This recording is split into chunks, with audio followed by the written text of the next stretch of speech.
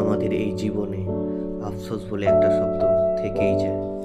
কারো নিজের মতো জীবিকা অর্জনের আফসোস, যদি ছোটবেলায় একটু ভালো করে পড়াশোনা করতাম, আজ এই দিনটা দেখতে হতো না। কারো স্বজন বিয়োগের আফসোস, যদি ওর মতো আমার পরিবার থাকতো।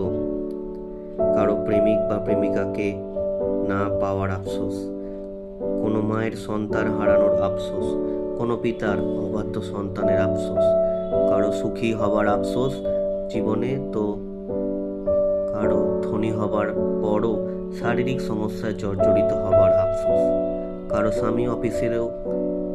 স্বামী অতিরিক্ত নেশাপ্রবণের আফসোস, তো কারো ছোটবেলায় ফিরে যাবার আফসোস, কারো 3 বেলা না খেতে পাওয়ার আফসোস, কারো অন্যকে ক্ষমা না করে দেওয়ার আফসোস। ওই যে বলে না, ভগবান দুটো হাত সমান দেয় না।